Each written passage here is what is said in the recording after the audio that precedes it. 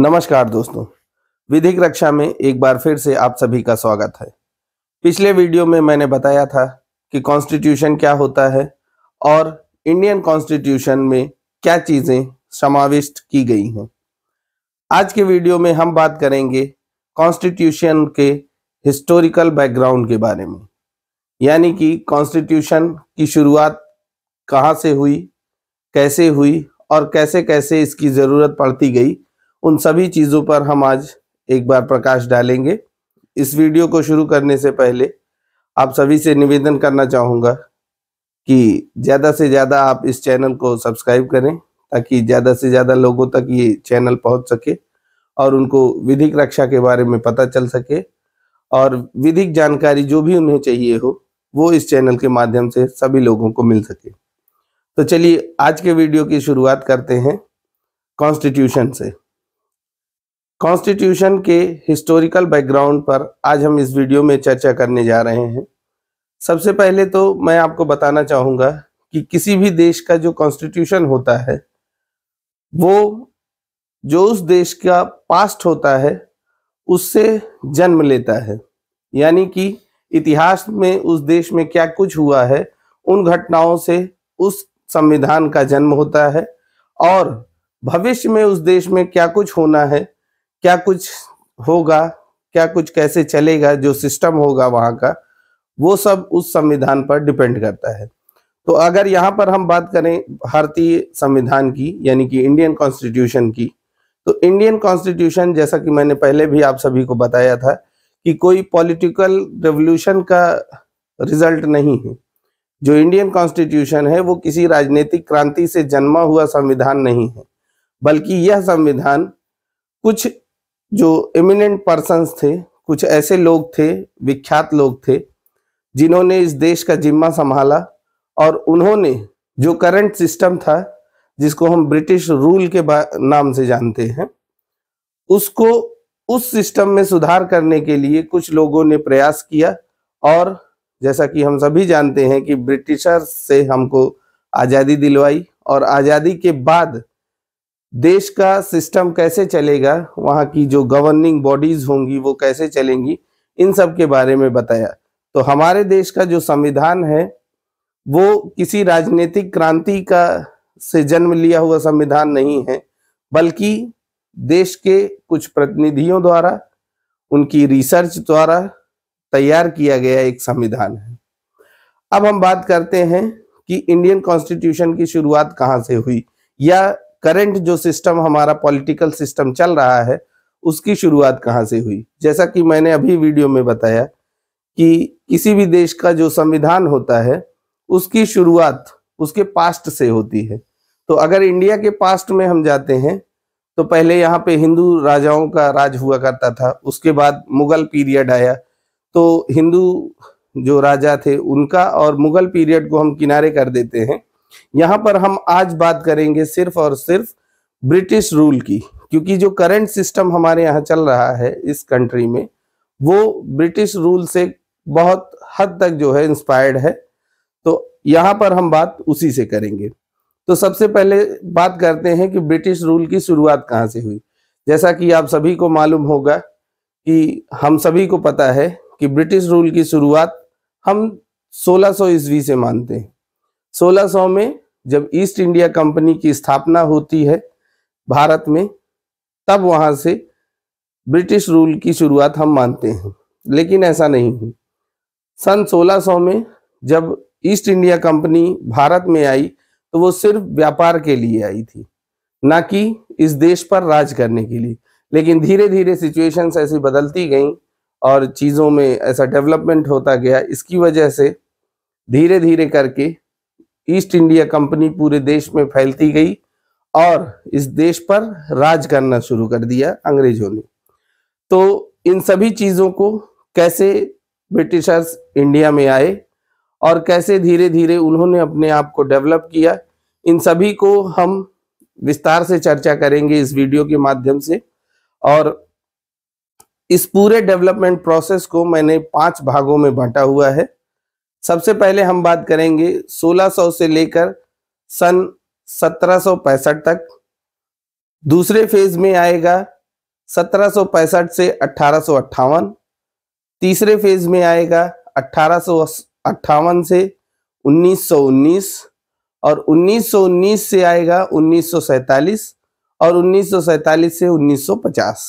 ये 5 फेजेस में हम चर्चा करेंगे इंडियन कॉन्स्टिट्यूशन के हिस्टोरिकल बैकग्राउंड की। अभी हम इस वीडियो में बात करने जा रहे हैं पहले फेज की, जो है 1600 से 1765। तो 1600 में शुरुआत होती है अंग्रेजों के देश में आने से, यानी कि the coming of the Britishers. सन 1600 में ब्रिटिशर्स भारत देश में प्रवेश करते हैं ईस्ट इंडिया कंपनी के नाम से। ईस्ट इंडिया कंपनी व्यापार करने के इरादे से अंग्रेज भारत में आते हैं। ईस्ट इंडिया कंपनी की शुरुआत क्यों होती है? क्योंकि भारत को आप सभी जानते हैं कि सोने की चिड़िया कहा जाता था। इन्हीं से चर्चाओं को सुनकर अंग्रेज यहाँ पर आए व्यापार करने के लिए, क्योंकि उन्हें बहुत ही व्यापक क्षेत्र यह लगा कि भारत में उनका व्यापार बहुत तेजी से फल फूल सकता है। और हुआ भी यही। जब अंग्रेज इस देश में आए तो उन्होंने सबसे पहला चार्टर दिसंबर 1600 में क्वीन एलिजाबेथ द्वारा जारी किया गया। उस चार्टर में जो ईस्ट इंडिया कंपनी थी उसको गवर्न करने के लिए एक गवर्नर नियुक्त किया गया और 24 मेंबर्स को भी नियुक्त किया गया साथ में। और उसी चार्टर में यह आदेश किया गया, उसी चार्टर में यह भी आया कि जो गवर्नर होगा और जो 24 मेंबर होंगे वो पूरी जो ईस्ट इंडिया कंपनी की जो व्यापार होगा उसको चलाएंगे, उसमें कैसी गतिविधियां होंगी उन सबको निर्धारित करेंगे। और साथ ही उसी चार्टर ने इनको ये पावर दी कि वो एक आर्म्ड नेवल फोर्स भी रख सकते हैं अपने साथ में उस ईस्ट इंडिया कंपनी की सिक्योरिटी के लिए। इसके बाद ईस्ट इंडिया कंपनी धीरे धीरे भारत में फैलना शुरू हुई। ईस्ट इंडिया कंपनी का पहला जो ट्रेडिंग सेंटर बना वो सूरत में बना 1612 में। दूसरा सेंटर मुरलीपत्तनम मद्रास, जिसे हम आज चेन्नई के नाम से जानते हैं, 1639 में यानी कि 1639 में बना। और तीसरा हरिहरपुर, जो महानदी डेल्टा यानी कि इस समय अगर वर्तमान में देखेंगे तो वो उड़ीसा में पड़ता है, वहां पे तीसरा बना, ये 1690 में बना। तो ये 3 trading centres east India company के बनाए गए सबसे पहले, जो कि आगे चल के मद्रास, बॉम्बे और कलकत्ता प्रेसिडेंसीज में डेवलप हुए। इसके बाद जो आगे 1601 में एक और चार्टर होता है, उस चार्टर में ईस्ट इंडिया कंपनी के गवर्नर और उसके मेंबर्स को लेजिस्लेटिव पावर्स दी गई। लेजिस्लेटिव पावर्स में ईस्ट इंडिया कंपनी के गवर्नर को ये पावर दी गई कि वो अपनी कंपनी के जो फंक्शंस हैं उसको सुचारू रूप से चलाने के लिए बाई लॉज बना सकते हैं, ऑर्डिनेंसेस बना सकते हैं, रूल्स रेगुलेशन खुद से बना सकते हैं। और ईस्ट इंडिया कंपनी ने किया भी यही। सबसे पहले ईस्ट इंडिया कंपनी ने जो लॉज बनाए उसको इन्फोर्स किया गया उसके वर्कर्स पे।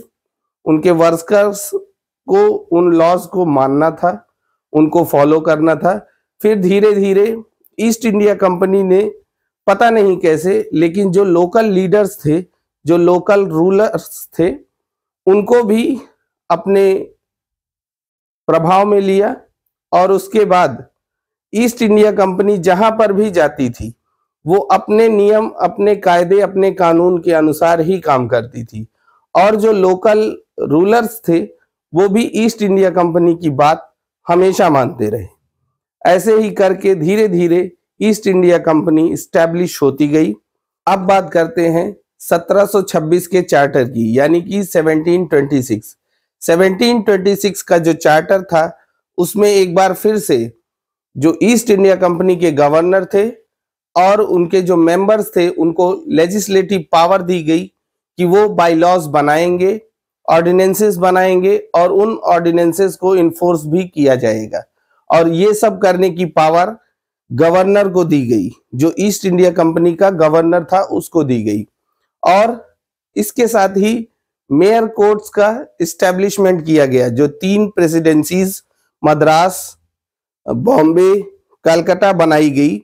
इन 3 प्रेसिडेंसीज में उन रूल्स को लागू किया गया।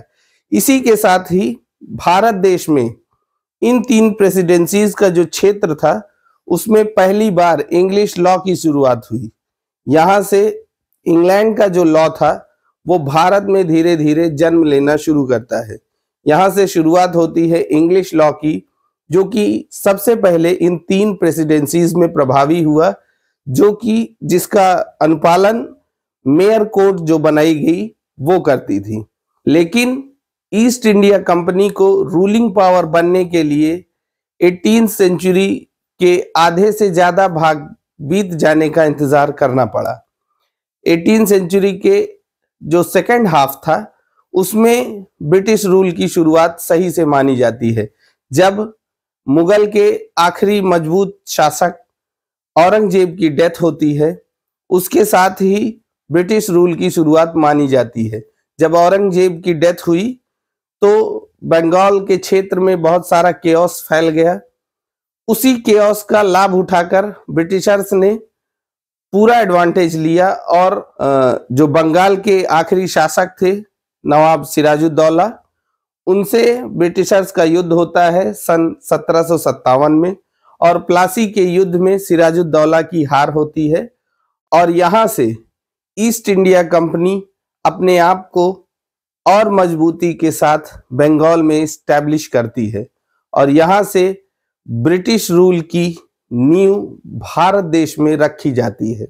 इसके बाद सन 1765 में शाह आलम द्वारा जो ईस्ट इंडिया कंपनी थी उसको रेवेन्यू कलेक्ट करने का काम भी सौंप दिया जाता है, जिसके साथ ही जो सिविल कोर्ट्स थी उनकी अथॉरिटी भी ईस्ट इंडिया कंपनी को ऑटोमेटिकली मिल जाती है।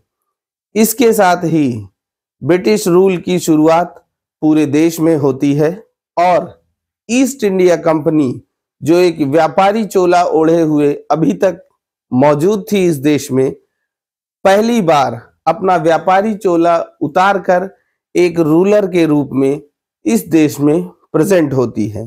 तो ये कहानी थी 1600 से लेकर 1765 की।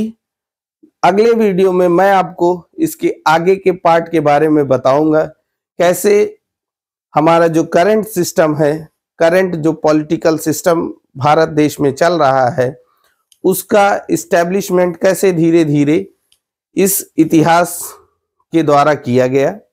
तो आज के वीडियो में इतना ही। मिलते हैं आप सभी से नेक्स्ट वीडियो में। अगले पार्ट में आप बने रहिएगा। इस चैनल पे अगर आप नए आए हैं तो इस चैनल को सब्सक्राइब करें और इस वीडियो को अपने दोस्तों के साथ शेयर करें। अगले पार्ट में मैं आपको इसके आगे की कहानी बताऊंगा। अभी ये 4 और पार्ट बनेंगे इसके, तो आप इस चैनल पर बने रहें और विधिक रक्षा के साथ अपना सहयोग बनाए रखें। मिलते हैं आप सभी से अगले पार्ट में। तब तक के लिए नमस्कार।